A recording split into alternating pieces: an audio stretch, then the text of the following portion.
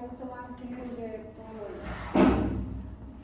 Ya, en la radiología muscular esquelética.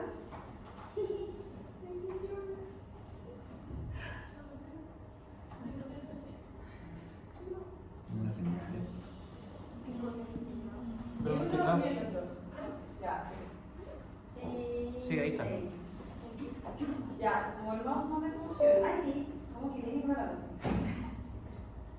Ya, eso es lo que vamos a ver hoy día. Vamos a ver patologías del desarrollo. Cuando yo digo patologías del desarrollo me refiero a enfermedades que se presentan en cachorros en crecimiento. ¿Ok? Entonces son normalmente animalitos que no han tenido los cierres de la crisis.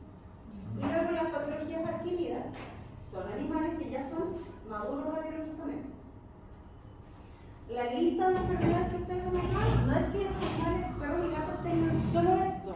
Hay un montón de condiciones y enfermedades que no están en esa lista, un montón, pero para efectos del curso de pregrado, en el fondo eso es como la base que ustedes deberían ser capaces de reconocer.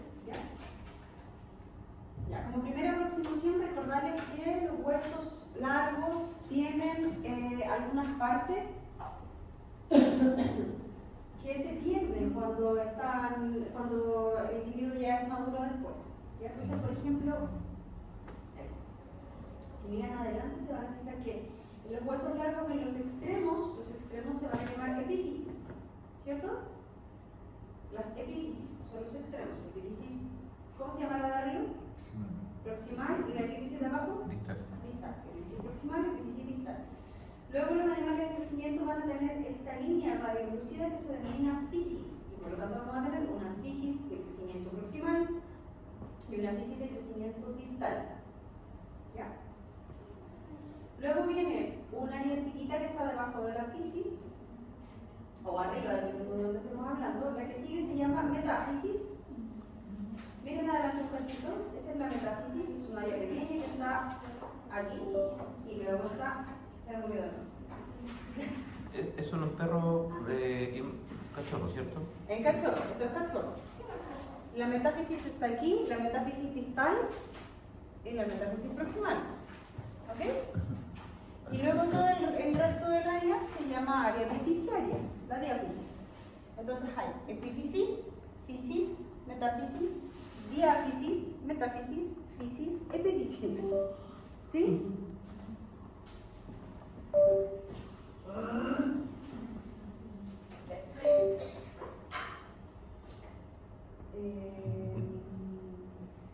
¿Entendieron eso, cierto? Perdón. Hay dos huesos en el cuerpo que, siendo huesos largos, no cumplen esto. ¿Que corresponden? ¿Saben a cuáles son?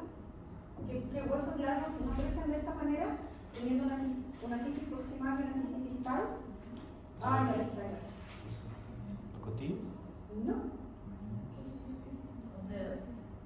En las manitos y en los pies, sí. Los metacarpos y los metatarsos solo crecen por distal. Las fisis de crecimiento solo aparecen distal y en proximal no hay. Entonces, si es que enseguida, no sé si puse alguna foto de algún cachorro en una mano, se van a dar cuenta, se los voy a mostrar que no hay fisis proximal. Los metacarpos y metatarsos crecen solo por distal. Ya, esto es súper importante que se lo aprendan. Y pónganle ahí un bebé posible pregunta.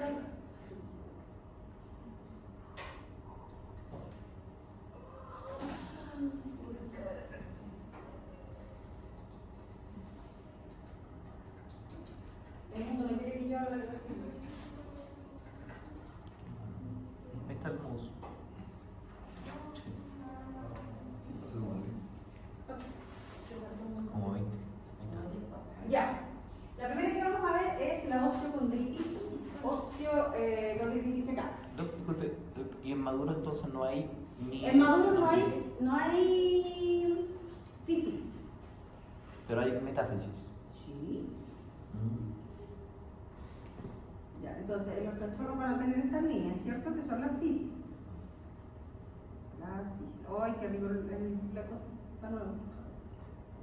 Algo que funciona. La fisis proximal y la fisis distal, ¿cierto? ¿Cómo se llama el segmento que sigue a continuación? Metáfisis. Metáfisis. Metáfisis. Metáfisis. Y todo el resto es diáfisis. Uno a veces para efectos de las fracturas, uno dice la diáfisis proximal, diáfisis medio, diáfisis distal, ¿ya? Pero es como para explicar más o menos a qué altura de la diáfisis, aquí, aquí o aquí. Ya, esto es un cachorro. En un adulto va a ser exactamente lo mismo, solo que no vamos a tener metafísis. Entonces aquí arriba vamos a tener una epífisis, una metáfisis y una diáfisis. Y aquí arriba lo mismo, perdón, aquí me comí la epífisis.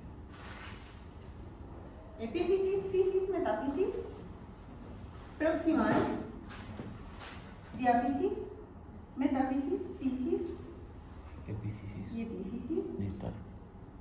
distal. Distal y proximal. Acá vamos a tener epífisis y metáfisis proximal, diáfisis, metáfisis y epífisis distal. ¿Se entiende? ¿Sí? Ya. La primera patología del desarrollo que vamos a ver es el OC o el OCD. Lo primero que les voy a decir, que a mí me costó entender cuando era OC y cuando era OCD, es que la cuestión es muy simple. Si yo veo el... ¿Qué le pasa a mi cuidado? Si yo veo el defecto radiográfico, la muesca en la radiografía y además veo el ratón articular, estoy frente a un OCD, se lo voy a explicar un tiempo. Y el OC es cuando todavía no se ha soltado el fragmento. Bien. ¿Qué es una ortocondritis o una autocondrosis? La más frecuente de observar, es la del húmero, ¿ya? ¿Se acuerdan del húmero? Entonces, en la cabecita, en esta área, en la zona hacia distal, va a ocurrir una muesca. Es como que un sacabocado, van a observar en la radiografía una lesión tipo sacabocado, en donde el fragmento que se está soltando no se ha soltado del todo y sigue adherido, o bien puede haberse soltado y van a ver el fragmento dando vuelta, ¿ya? Entonces, sería en esa zona. Y ahí lo que les muestro es una radiografía en donde justamente aquí ya es un OCD. ¿Por qué? Porque el fragmento ya está suelto, ¿ya? Eso ya es un OCD. ¿Y cuando no está suelto? Cuando no está suelto y está adherido todavía es OC, osteocondritis. Pasa a ser disecante cuando el fragmento ya se soltó de los bordes y quedó, se salió, se soltó y está dando vuelta a la articulación como un ratón articular.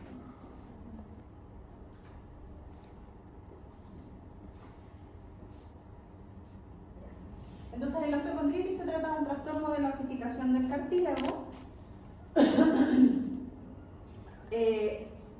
Los cartílagos de crecimiento se nutren a través de difusión, ¿se acuerdan? Se liberan nutrientes al medio y esos nutrientes por difusión van ingresando a los condrocitos.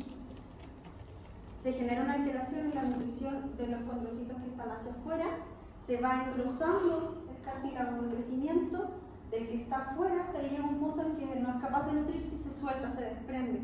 Por un proceso de necrosis se muere el borde, ¿no es cierto? Se desprende del hueso y queda un fragmento suelto. Y ahí cuando se suelta, cuando ya hay necrosis de ese segmento, de ese cartílago, se transforma en OCD.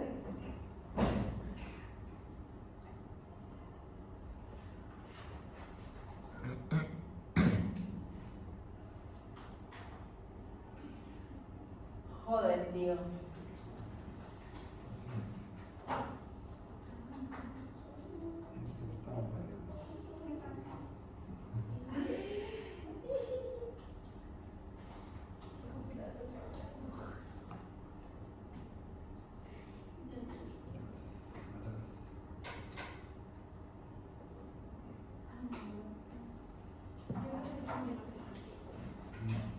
Parece vamos a ver. ¿Cómo? No, lo que pasa es que los... Se desconecta. Sí, y el de la compañera, no me han salido ni cómo de los 4 cositas por comer también.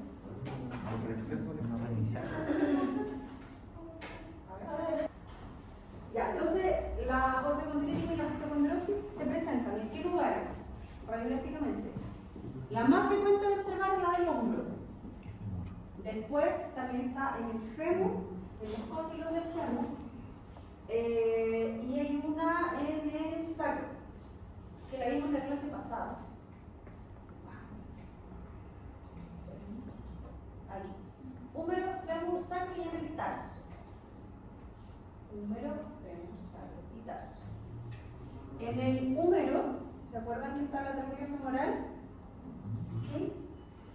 Está la tróclea del fémur, está arriba. Entonces lo que van a encontrar es que en uno de los cóndilos van a encontrar aquí abajo una muesquita. Una muesca. ¿Sí? En el fémur. En el húmero, este sería el tubérculo mayor, y van a encontrar aquí en la cabeza, hacia distal, una muesca.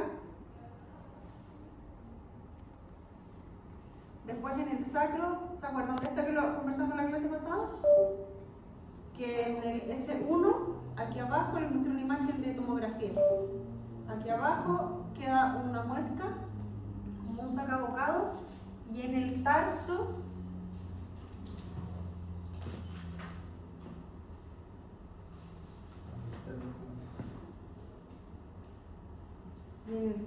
aparece aquí abajo.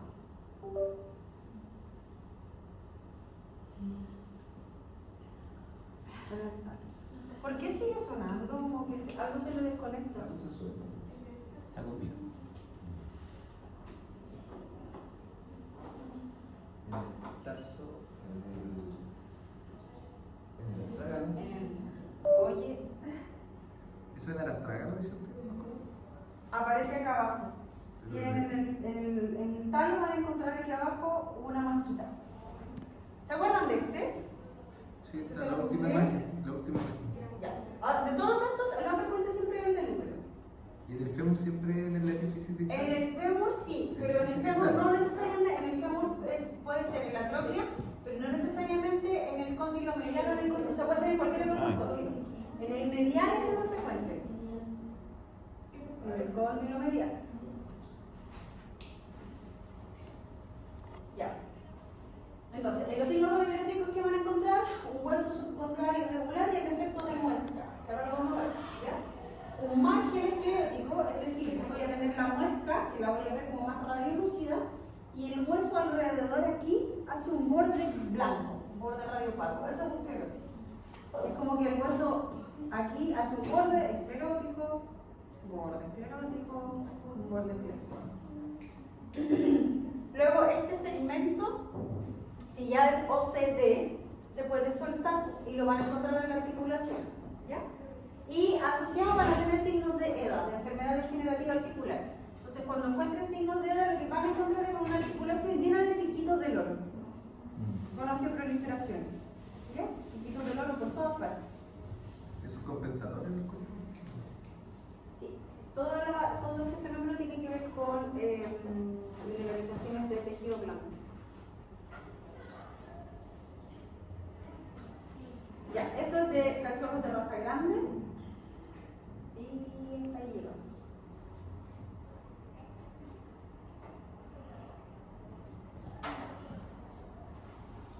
Pero a veces se necesita animal Para que nos insulten, ¿no?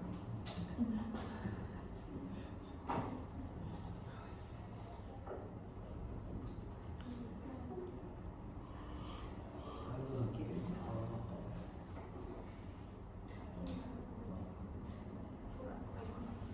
Ahí está. Ahí pasó.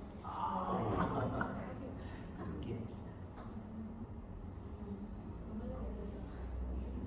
Ya le saltamos para. Que lo toco muchas veces. Ah. Toco muchas veces motor. Ya. Y se pone igual. Radiográficamente, esa es la muesca que yo les decía.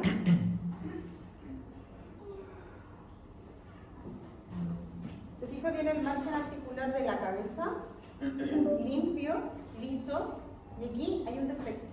Se fijan que es irregular, no necesariamente como una media luna, pero ya aparece una irregularidad. Y en esta articulación no se ve ninguna cosa dando vuelta, ninguna otra estructura adicional, por lo tanto lo más probable es que esta uno se haya soltado. Y acá lo mismo. Pero no son ahí. El borde esclerótico en esta no se ve, no No se tiene. ve. Ah, ya. En esta sí.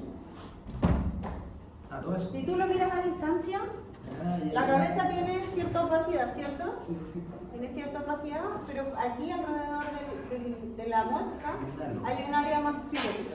Es grueso. Sí. En esta sí. En esa de allá yo no lo noto tan claro, Y lo otro que por supuesto siempre se tienen que fijar que el animal sea cachorro, ¿cierto? Tienen que tener la fisis de crecimiento para que sepan que es un cachorro.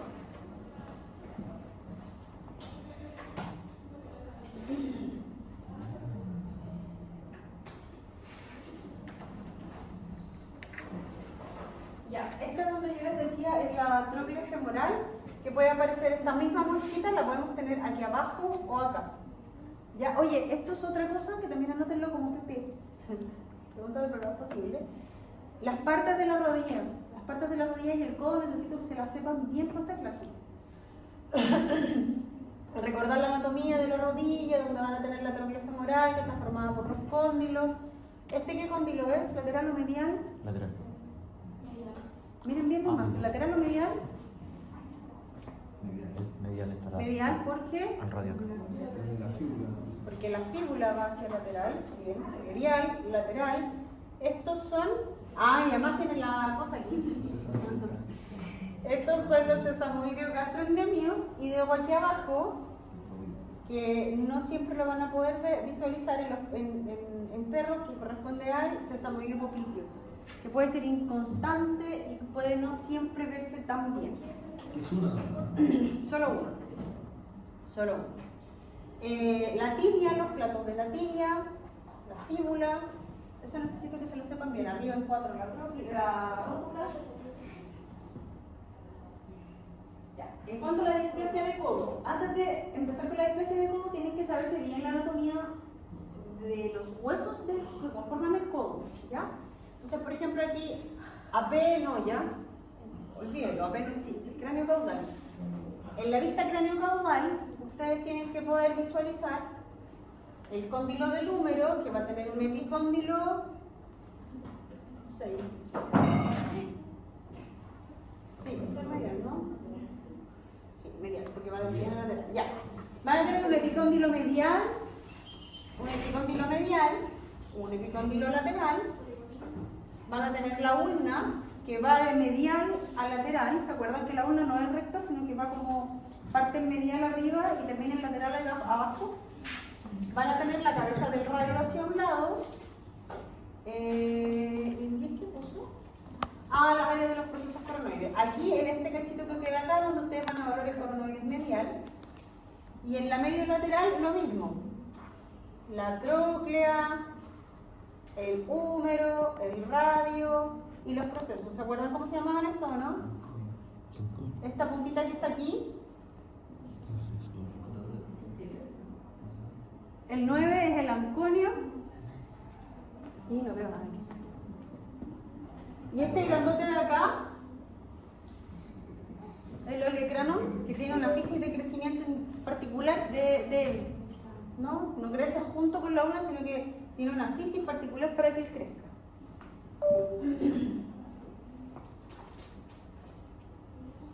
¿Esas dos estaban normal? La articulación no había nada. En la imagen anterior. Sí, como dice displasia. Solo es. No, es para que se acuerden, solo para que recuerden las partes. ¿Dónde van a ir a mirar cada cosa? Ya lo que se tiene que fijar. Para mirar una displasia de codo, ¿dónde me tengo que fijar? Tengo que mirar aquí, la escotadura semilunar, o tropial, como le llaman, el proceso anconio, el área en donde visualizamos en la lateral el coronoides medial. ¿Se acuerdan de los procesos coronoides? ¿No? Acuérdense que en este monito de abajo, acuérdense que la ulna tiene esta forma de C y que tiene dos bracitos así. ¿Se acuerdan o no? Tiene dos puntitas. Una puntita se llama el coronoides medial y la otra el coronoides lateral, pues dependiendo para qué lado estén. Y en displasia de codo, que ahora lo voy a explicar.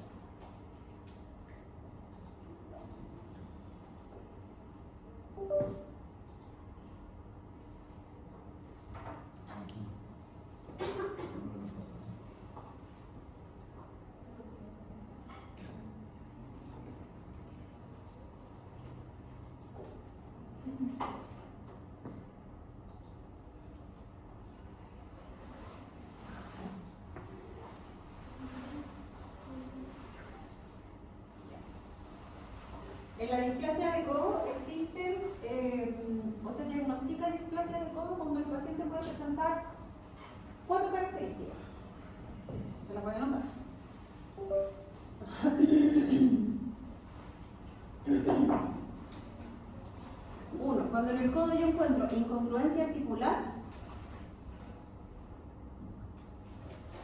incongruencia articular. 2, cuando hay PAN, que es el proceso oncóneo no unido. Proceso oncóneo no unido. Cuando hay fragmentación del coronoides. Fragmentación del coronoides medial. ¿Y qué me falta? Incongruencia articular, el plano, no hay terminal. Algo en el cúbito.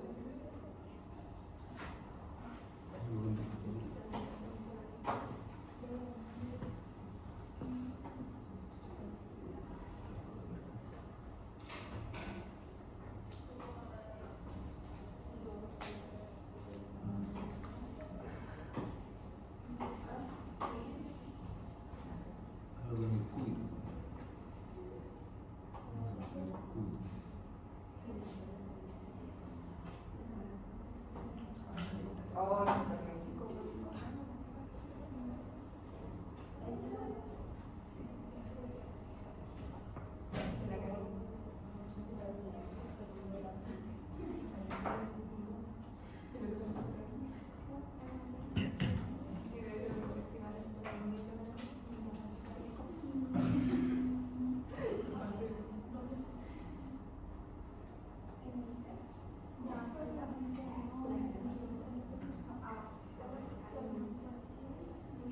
ya.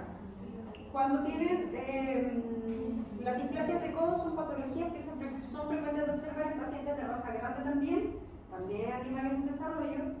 El gold estándar para el diagnóstico de la displasia de codo es la tomografía computada. La radiografía puede dar signos, pero no necesariamente la va a diagnosticar 100%. ¿Por qué? Porque normalmente podemos tener, y de hecho uno suele sospechar en ella, porque te traen al paciente cuando ya es adulto, cuando las fisis están cerradas, y uno lo que encuentra es enfermedad degenerativa articular, muy marcada. Si uno se pregunta, ¿esta enfermedad degenerativa articular es porque la articulación ya está vieja? ¿O es secundaria a un proceso como de este tipo de displasia, en donde nunca se dieron cuenta en realidad, y entonces la estamos viendo tardíamente? Y ahí lo que se hace siempre es el gold estándar, insisto, es la tomografía. La tomografía va a tener muchísima mejor sensibilidad, en particular para la evaluación del proceso coronoides medial. La radiografía no es tan sensible en la evaluación del proceso coronoides medial, por eso se prefiere la toma. Es una patología que es hereditaria, que es poligenética. El diagnóstico oficial radiográfico ustedes lo pueden comenzar a pedir a partir de los 6 meses. Recordarles que el proceso onconio aparece a los 93 días y se fusiona a los 124. El coronoides medial está bien osificado a los 6, entonces desde los 6 hacemos el diagnóstico. ¿Ya? Desde los 6 se hace el diagnóstico para displasia de codo. ¿Qué proyecciones les vamos a pedir para evaluar el codo en particular? Ustedes saben siempre que vamos a pedir, para cualquier cosa, ¿cuántas radiografías se toman mínimo? Mínimo 2, para cualquier cosa. Pero cuando vamos a evaluar displasia de codo tenemos que pedir por lo menos 4. La craneocaudal estándar con la mano bien extendida y el codo pegado abajo. La medio lateral estándar. Una medio lateral flectada, que es en 3, yo le tengo que flectar el codo al paciente todo lo que él me permita. ¿A alguien se le ocurre por qué hay que flectar el codo? ¿Qué es lo que queremos evaluar si flectamos el codo?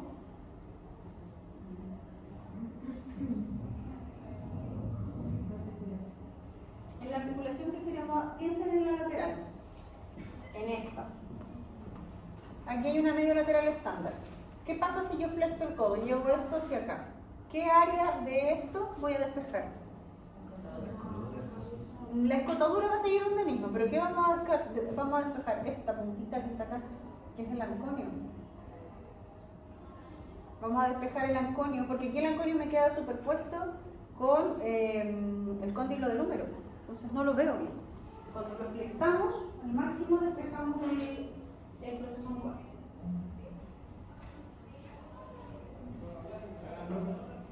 ¿Ah? ¿Cuál era la cuarta característica? Sí, eso lo estaba tomando nota, espera. Ah, ya, ya. Espera.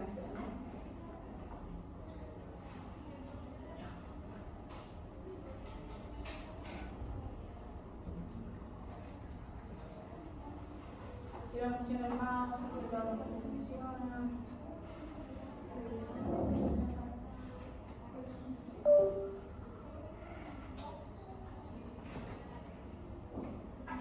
Ya, y la otra que nos falta es la gremio caudal, en donde lo que tenemos que hacer es como que el paciente haga un like, así como un dedito para arriba, en donde vamos a extender la mano, extender, perdón, el codo y vamos a llevar el dedo medio, el primer dedo hacia arriba, en 15 grados, como para que haga un like.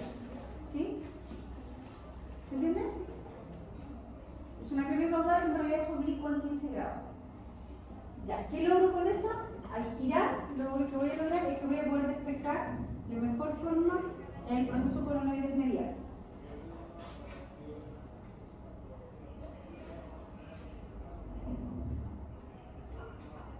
Ya, los signos radiográficos. Podemos tener incongruencia articular. La incongruencia articular se les ocurre cómo se ve.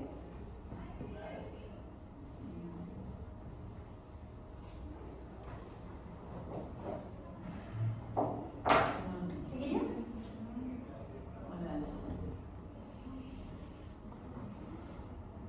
Ojalá que me equivoque.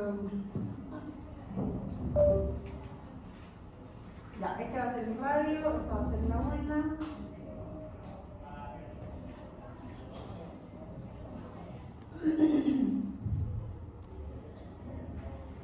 Un poco más de cero. Ya, yo aquí estoy dibujando una especie de articulación del codo que quedó media fea, pero esta es la idea. Voy a tener el número, el proceso de conio. Hola. Ya. Aquí se va a generar un espacio articular entre el número, la ulna y el radio, ¿cierto? Un borde, un margen. ¿Se acuerdan que yo siempre les digo, imagínense un monito que se sentado? Imagínense que yo pongo un monito a caminar aquí, en este espacio, por abajo. El monito tiene que ser capaz de subir todo esto sin caerse. Si el monito en algún momento tiene que saltar, subir o bajar, porque hay un peldaño, eso es incongruencia articular. ¿Se entiende? Estas imágenes, este espacio articular, tiene que ser homogéneo, esto llega hasta aquí, y luego ahí mismo parte el radio. Por el contrario, si tengo una ulna alta y un radio más bajo, mi monito va a llegar aquí y va a tener que saltar. ¿Se entiende? Eso es porque tenemos una ulna muy alta o un radio muy bajo. O por el contrario, puede pasar que tenga un radio muy alto y una ulna muy baja.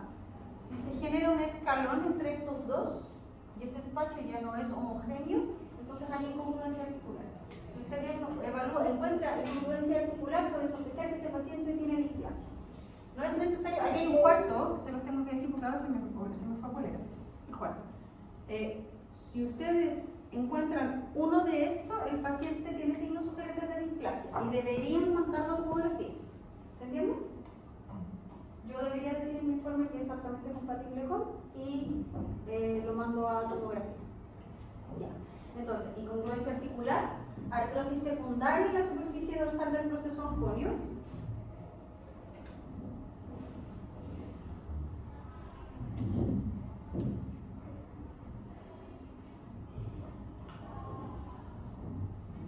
Ay, qué peligroso. Yo voy a tener el proceso onconio aquí, ¿cierto? Esta puntita que está acá arriba. La enfermedad degenerativa o la artrosis se va a visualizar de la siguiente forma, que ya no voy a tener márgenes articulares lisos, sino que esto va a estar más blanco, yo lo voy a ver más esclerótico, y además va a tener osteoproliferaciones, puntitas, salientes. ¿Sí?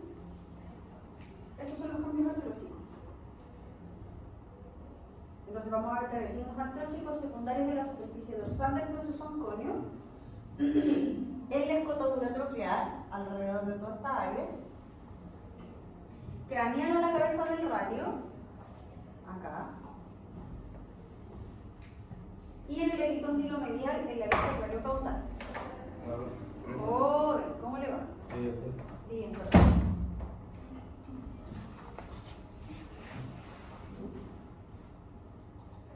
Este es un paciente real, un caso real. No están las 4 vistas, este paciente solo se le tomaron 2.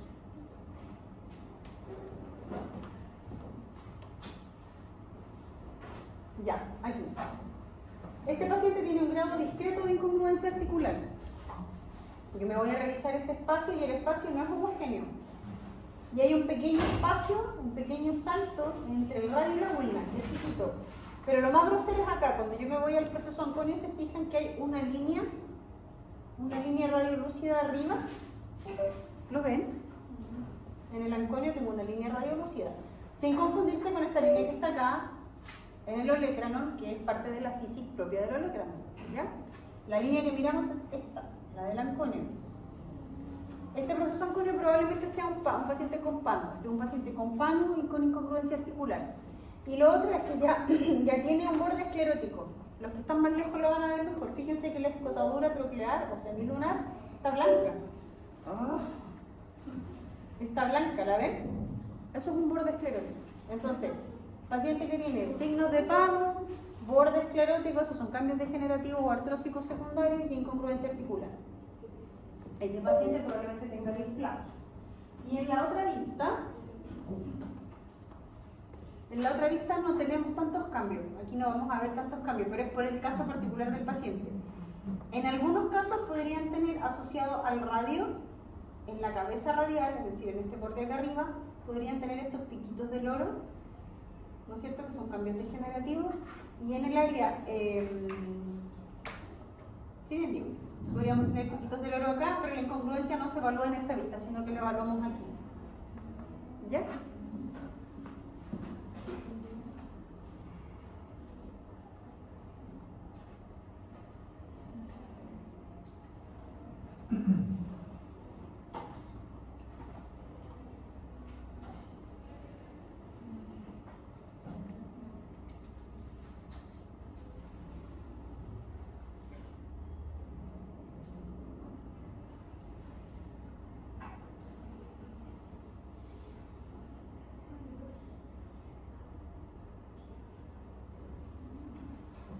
Ya. Entonces, el mismo paciente que les había mostrado aquí, lo que yo hice fue que le hice un zoom al área que ustedes tienen que evaluar, y ahí está de nuevo. La incongruencia articular, se fijan que aquí es un poquito más evidente. No es una cosa, yo se los dibujé grosero, pero en la práctica esto no es algo grosero, estamos hablando de cosas de milímetros. El radio aquí parece más alto que la ulna, esclerosis del margen de la escotadura semilunar y una línea radiolúcida que sugiere un PAN, un proceso anconio no unido. ¿Ya? Y este es una extremidad, este es el miembro izquierdo y este es el miembro derecho que está por ahí. Fíjense que acá la ulna parece más alta, la ulna llega hasta acá, el radio parte acá, y aquí está la otra cosa que pueden ver, que ¿ven este bracito que hay aquí? ¿Lo alcanzan a ver? ¿Ahí? ¿Sí? Esta es la proyección del proceso, el área de proyección del proceso coronoides medial. Cuando encontramos el coronoides medial que tiene un borde no abusado, sino que redondeado, romo o de frontón con una muesca, probablemente haya fragmentación del coronoides. ¿Ya? Entonces, este paciente sí podría tener fragmentación del coronoides. Y este tendría todo el combo, tendría la incongruencia, la fragmentación del coronoides, la esclerosis y el PAN. En el otro monito solamente es para recordarles que son las partes que en el dibujo estaba dado vuelta y por deformación ustedes saben que tienen que mirar siempre hacia el cráneo de la imagen, ¿cierto? Por eso están las letras al revés, ¿sí? ¿Se entiende, no? Este monito cuando yo lo encontré estaba mirando para allá, pero radiológicamente tenemos que ponerlo mirando para acá. Entonces, ¿por qué se acuerdan de las partes? El área de observación donde miramos el coronoides medial, ¿ahí se ahí? Osteoartrosis del cúbito. La osteoartrosis del cúbito, este paciente tiene incongruencia articular también. El coronoides.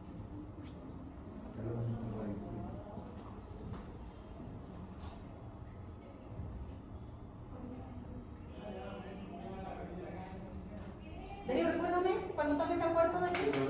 Ya. Ya, ahora, ojo, insisto. La displasia de cabello es una patología que tiene estas 4 posibilidades. ¿Ya? El paciente no necesariamente va a presentar las 4. Con una de ellas que presente, el paciente es altamente compatible con, sobre todo si es cachorro, raza grande, en etapa de crecimiento, a partir de los 6 meses. Si lo encuentran, le tomamos la radiografía, decimos sugerente y lo mandamos a TAC. Yo sé que esto tiene diagnóstico de imagen, pero ¿qué se hace después de que yo digo ya tiene esto? Hay que Lo tiene que evaluar el traumatólogo porque en algunos casos hay que sacar fragmentos. ya. Pero tiene Y hay técnicas quirúrgicas correctivas. Ya. Sí, se tiene que ir al traumatólogo.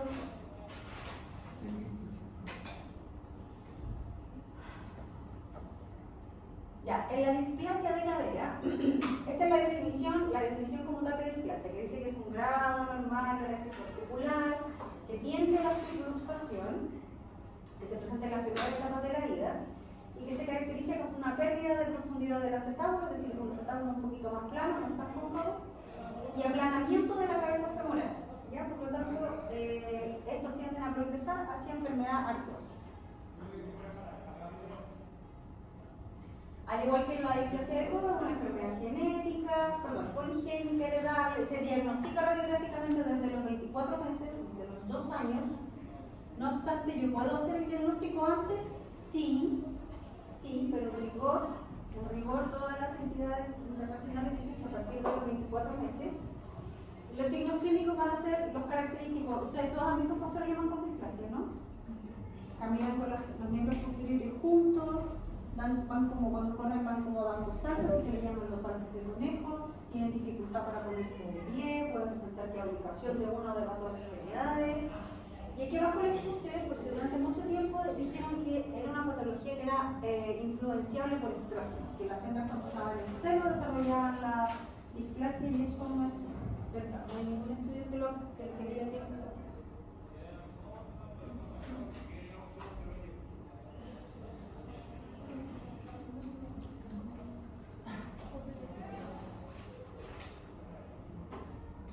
Cuando me cambie la diapo.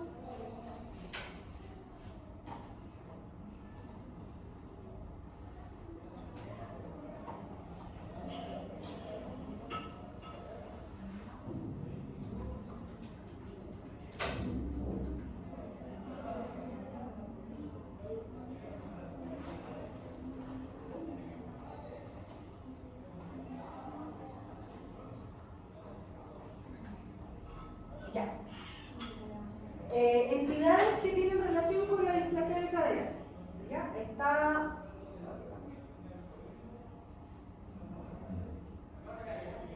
la OFA internacionalmente. Les dejé en esta diapo, cuando cargue se las voy a mostrar. Les dejé la página para que la visiten y le echen una mirada porque hay muchas fotos ahí bonitas de displasia. Está la OFA. Está la Federación de Sinología Internacional, que son los que dictan las pautas de conformación por raza. Y en Chile está Chilcoa, por ejemplo, para los pastores alemanes, y está el Kennel Club.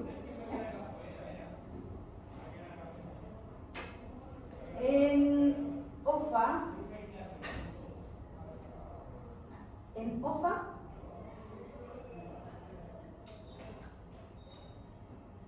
tanto OFA como la FSI, que es la Federación de Sinología, hay distintas escalas para medir la displasia. ¿Ya?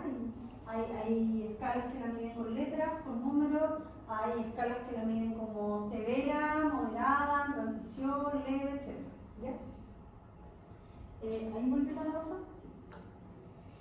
Ya, claro, por ejemplo la de OFA dice que la clasificación lograda para ellos corresponden a una cadera excelente, son pacientes sanos, una cadera buena, una cadera pobre, que quiere decir que va caminando a la displasia, una cadera borderline o limítrofe, hola, una cadera con signos moderados, una cadera y la cadera con severa, no veo nada de Human, está como demasiado borroso. Ya. No quiero que se aprendan los grados dependiendo de la institución. Solo quiero que les quede el concepto de que dependiendo del lugar del mundo en donde estén, son los grados o de la forma en que se va a clasificar. ¿Ya? La gente que manda en este tema es justamente la OFA y la Federación